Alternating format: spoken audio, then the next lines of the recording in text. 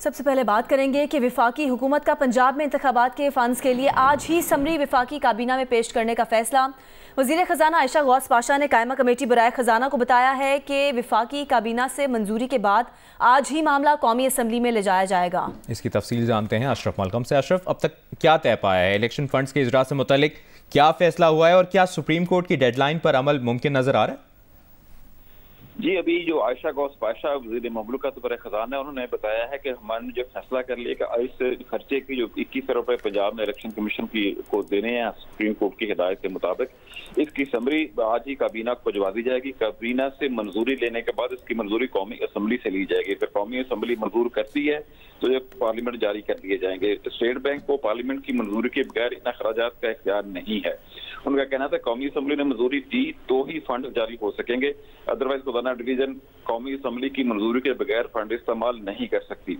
अब हमें जो सूरत हाल नजर आती है कि आज काबीना डिवीजन में जाएगी, काबीना के इजलास में जाएगी, काबीना इसको कहती कि इसके अखराजात ना किए जाए, उस वही बल्कि उससे फैसले से पहले शायद पार्लियामेंट में लाके इस पर कौमी असम्बली से करारदाद ली जाएगी, कौमी असम्बली से इस फैसला लिया जाएगा। कौमी असम्बली आज के इजलास में इसको मना कर देगी कि हुकूमत ऐसे इन अखराजात को ना करे या फंड फराहम ना करे। उसके बाद स्टेट बैंक को कन्वे कर दिया जाएगा। हमारे इस तरह की जो इंडिकेशन हुई हैं, जब ऑफ द रिकॉर्ड बात हुई है ऑफिशियल से और सियासतदानों से, उनका यही कहना है कौमी असम्बली के फैसले को सुप्रीम कोर्ट चैलेंज नहीं कर सकती। सुप्रीम कोर्ट पार्लियामेंट अहम है जिसकी खासतौर पर भरपूर तकरीर की मूसा रज़ा गिलानी, जो साबिक वज़ीर गिलानी के बेटे, उनको खासतौर पर असम्बली के कौमी कायमा कमेटी के इजलास में बुलाया गया था। साथ ही नवीद कमर हैं और खालिद मकसी हैं। तकरीबन तमाम इत्तेहादी जमातों के नुमाइंदों को कमेटी में स्पेशली मदऊ किया गया था।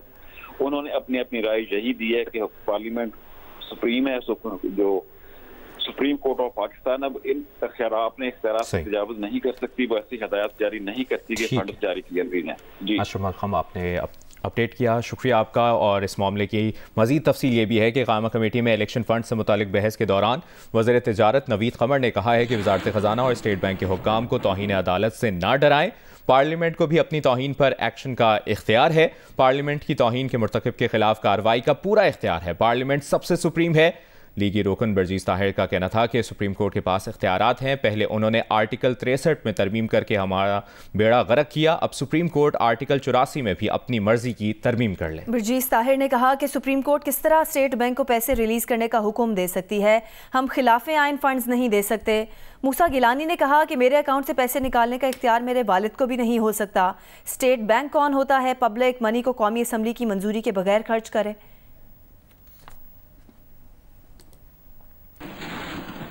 वज़ीर दाखिला राना सनाउल्लाह ने दो टोक अंदाज में कह दिया है कि जितना मर्जी जोर लगा लें 14 मई को इलेक्शन नहीं होंगे। राना सनाउल्लाह ने स्टेट बैंक अफसरान को इंतबाह दिया कि इलेक्शन कमीशन को रकम देंगे तो रिकवरी का सामना करना पड़ सकता है, ऐसा ना हो कि सारी जिंदगी 21 अरब रुपए की अदायगी करते रहें। राना सनाउल्लाह ने कहा कि सिराजुल हक ने मुज़ाकरात के लिए संजीदा कोशिशें की हैं। वज़ीर आज़म ने मुस्बत जवाब दिया है। इमरान खान ने सिराजुल हक को भी कहा कि वो मुज़ाकरात नहीं करेंगे, उनकी टीम मुज़ाकरात करेगी, लेकिन इमरान खान की टीम के पास मुज़ाकरात का मैंडेट नहीं होता है। राना सनाउल्लाह ने कहा कि इलेक्शन एक साथ होंगे।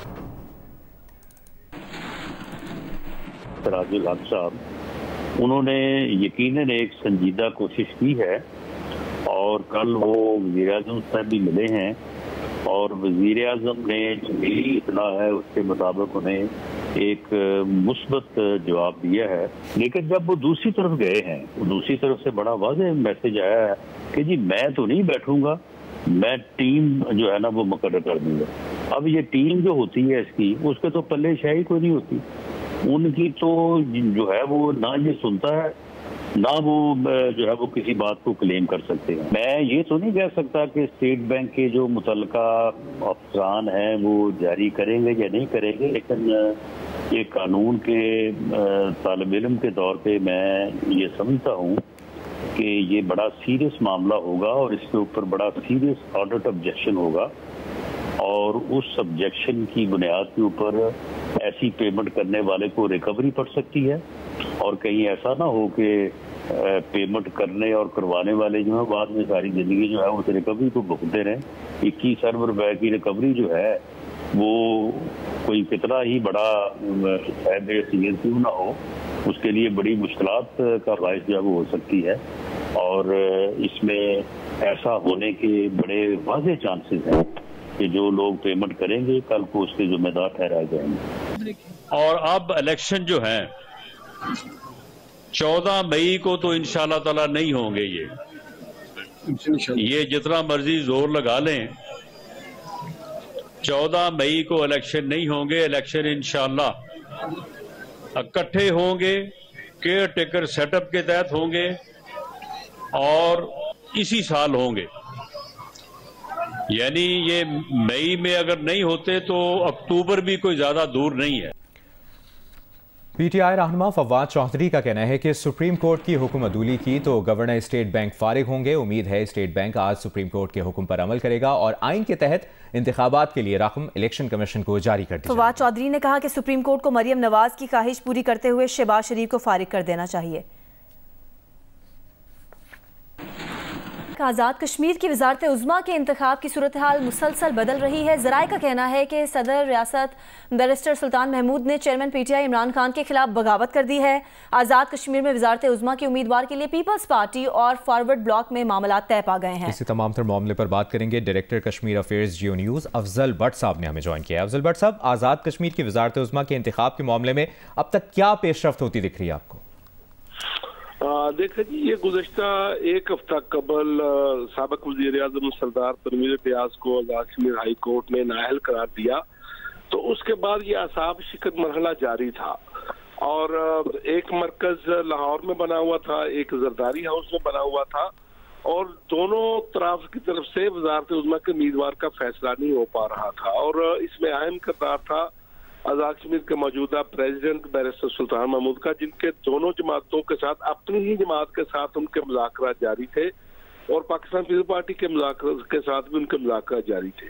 लेकिन उनकी शराइत ऐसी थी कि जिन पर दोनों जमातों की तरफ से उनका कबूल करना बहुत मुश्किल था, लेकिन डिसाइसिव पावर उनके हाथ में थी कि उनके बगैर कोई जमात हुकूमत बनाने की पोजीशन में नहीं आ सकती थी। बैरिस्टर सुल्तान महमूद साहब का मुतालबात बहुत सख्त थे।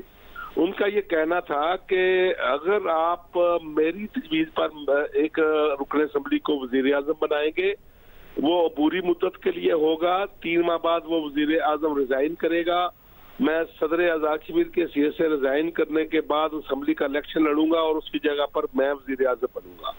इस शर्त पर पाकिस्तान पीपल्स पार्टी के साथ भी उनके मुज़ाकरात होते रहे और तहरीक इंसाफ की क़यादत के साथ भी होते रहे, लेकिन आखिर पहली सतह पर तो तहरीक इंसाफ ने उनका ये मुतालबा मान लिया था, लेकिन जब ये बात इमरान खान तक पहुंची तो तहरीक इंसाफ के चेयरमैन इमरान खान ने साफ इनकार कर दिया। उन्होंने कहा कि मैं किसी की ब्लैकमेलिंग में नहीं आऊंगा।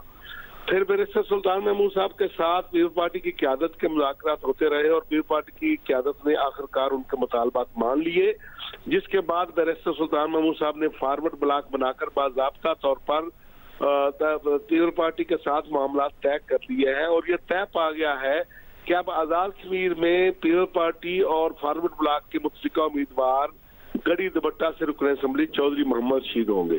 लेकिन इसमें एक जो प्रॉब्लम पेश आ रही है कि इससे पहले मुत्तहिदा अपोजिशन में मुस्लिम लीग नून, जम्मू कश्मीर पीपल्स पार्टी और पीपल्स पार्टी शामिल थे आज़ाद कश्मीर में।